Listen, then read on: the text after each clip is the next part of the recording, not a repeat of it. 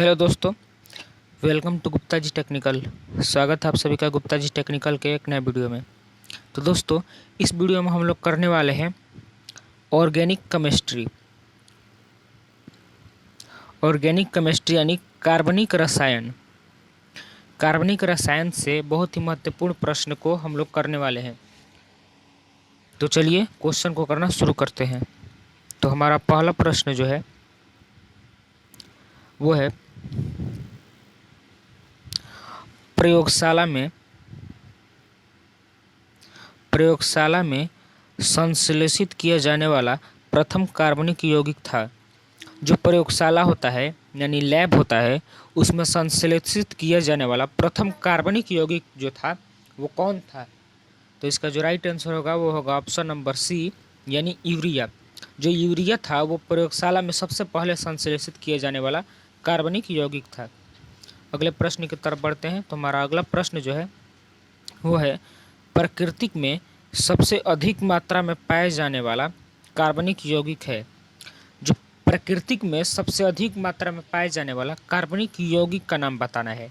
तो इसका जो राइट आंसर होगा वो होगा ऑप्शन नंबर डी, यानी सेलुलोज। चलिए अगले प्रश्न की तरफ बढ़ते हैं। तो हमारा अगला प्रश्न जो है वो है, कार्बनिक यौगिक में हाइड्रोजन की अतिरिक्त कौन सा तत्व समानता होता है? जो कार्बनिक यौगिक है वो हाइड्रोजन जो है समानता में होता है, लेकिन हाइड्रोजन के अतिरिक्त बताना है कौन सा तत्व जो है सामान्यता होता है। तो इसका जो राइट आंसर होगा वो होगा ऑप्शन नंबर ए, यानी कार्बन। ठीक है, चलते हैं अगले प्रश्न की तरफ। तो हमारा अगला प्रश्न जो है, एथिलीन का आईयूपीएसी नाम है। जो एथिलीन है उसका आईयूपीएसी नाम क्या होगा? तो इसका जो राइट आंसर होगा वो होगा एथिन। ठीक है, इथिन। इसका जो राइट आंसर होगा वो होगा इथिन, यानी एथी और यहाँ पे सिंगल बॉन्ड है तो इन। ठीक है, तो इसका राइट आंसर जो हो जाएगा इथीन हो जाएगा। ठीक है, तो चलिए अगले प्रश्न की तरफ बढ़ते हैं। तो हमारा अगला प्रश्न जो है, फिनॉल कैसा यौगिक है? जो फिनॉल है वो किस प्रकार का यौगिक है? तो इसका जो राइट आंसर होगा वो होगा ऑप्शन नंबर बी, यानी एरोमेटिक। अगले प्रश्न की तरफ बढ़ते हैं। तो हमारा अगला प्रश्न जो है, एसिटिलीन का आईयूपीएसी नाम है। जो एसिटिलीन होता है उसका आईयूपीएसी नाम क्या होगा? एथीन होगा, या फिर इथाइन होगा, प्रोपाइल होगा, या फिर ब्यूटाइल होगा? तो इसका जो राइट आंसर होगा वो होगा ऑप्शन नंबर बी, यानी इथाइन। ठीक है, अगले प्रश्न की तरफ चलते हैं। तो अगला प्रश्न जो है, अल्कोहल में पाए जाने वाला अभिक्रियाशील मूलक है। जो अल्कोहल होता है उसमें पाए जाने वाला अभिक्रियाशील मूलक क्या है? तो इसका जो राइट आंसर होगा वो होगा ऑप्शन नंबर सी, यानी -OH। ठीक है, अगले प्रश्न की तरफ बढ़ते हैं। तो हमारा अगला प्रश्न जो है वो है, कार्बनिक यौगिक CH3OH का आईयूपीएसी पद्धति में नाम है। यहाँ पे ना लिखा हुआ नाम होगा, यहाँ पे नाम है। जो कार्बनिक यौगिक CH3OH का आईयूपीएसी पद्धति में नाम क्या होगा? तो इसका जो राइट आंसर होगा वो होगा ऑप्शन नंबर ए, यानी मेथेनॉल। ठीक है, अगले प्रश्न की तरफ चलते हैं। तो हमारा अगला प्रश्न जो है वो है, कार्बनिक यौगिक को रासायनिक गुण प्रदर्शित करने वाला समूह कहलाता है। जो कार्बनिक यौगिक है उसके रासायनिक गुण में प्रदर्शित करने वाला जो समूह है वो क्या कहलाता है? तो इसका जो राइट आंसर होगा वो होगा ऑप्शन नंबर, यानी क्रियाशील समूह। ठीक है, तो अगले प्रश्न की तरफ चलते हैं। तो हमारा अगला प्रश्न जो है, संतृप्त हाइड्रोकार्बन का सामान्य सूत्र क्या होगा? जो संतृप्त हाइड्रोकार्बन होता है उसका सामान्य सूत्र क्या होगा?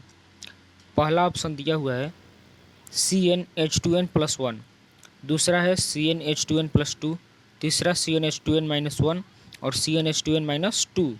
तो इसका जो राइट आंसर होगा वो होगा ऑप्शन नंबर बी, यानी CnH2n+2। अगले प्रश्न की तरफ बढ़ते हैं। तो हमारा अगला प्रश्न जो है, निम्नलिखित में से कौन सा समवयवता प्रदर्शित करता है? ऐसा कौन सा जो नीचे दिया हुआ है वो कौन सा है जो समवयवता प्रदर्शित करता है? समावयवता। ठीक है, तो इसका जो राइट आंसर होगा वो होगा ऑप्शन नंबर डी यानी ब्यूटेन।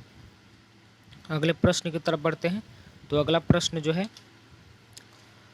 ऐसी कार्बनिक यौगिक जिनके अणु सूत्र समान होते हैं परंतु संरचना सूत्र भिन्न होते हैं वो कहलाते हैं।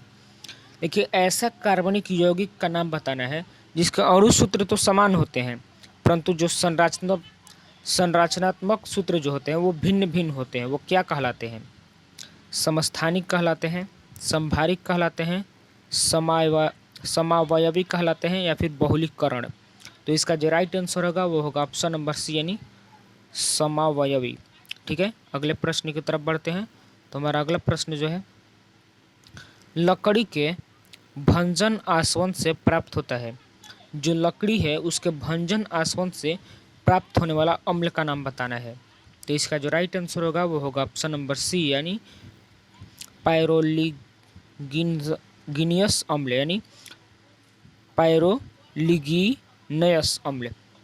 अगले प्रश्न की तरफ बढ़ते हैं। तो हमारा अगला प्रश्न जो है वो है, एथिलीन से पॉलीएथिलीन का बनना किस प्रकार की अभिक्रिया है? जो एथिलीन है उससे पॉलीएथिलीन का बनना किस प्रकार की अभिक्रिया है? सघन अभिक्रिया है, बहुलीकरण है या फिर वाष्पन है या किण्वन है? तो इसका जो राइट आंसर होगा वो होगा ऑप्शन नंबर बी यानी बहुलीकरण। ठीक है, तो हमारा प्रश्न जो है यहीं पे समाप्त होता है। तो दोस्तों, अगर आपको ये वीडियो अच्छा लगा हो तो वीडियो को लाइक करें, और अगर आप भी एक ऐसे स्टूडेंट हैं जो पॉलिटेक्निक एंट्रेंस एग्जाम की तैयारी बिल्कुल फ्री में करना चाहते हैं तो हमारे चैनल गुप्ता जी टेक्निकल को सब्सक्राइब करना न भूलें। इस चैनल के माध्यम से आप लोगों को पॉलिटेक्निक प्लस IERT की तैयारी बिल्कुल फ्री में कराई जाती है। तो वीडियो देखने के लिए धन्यवाद।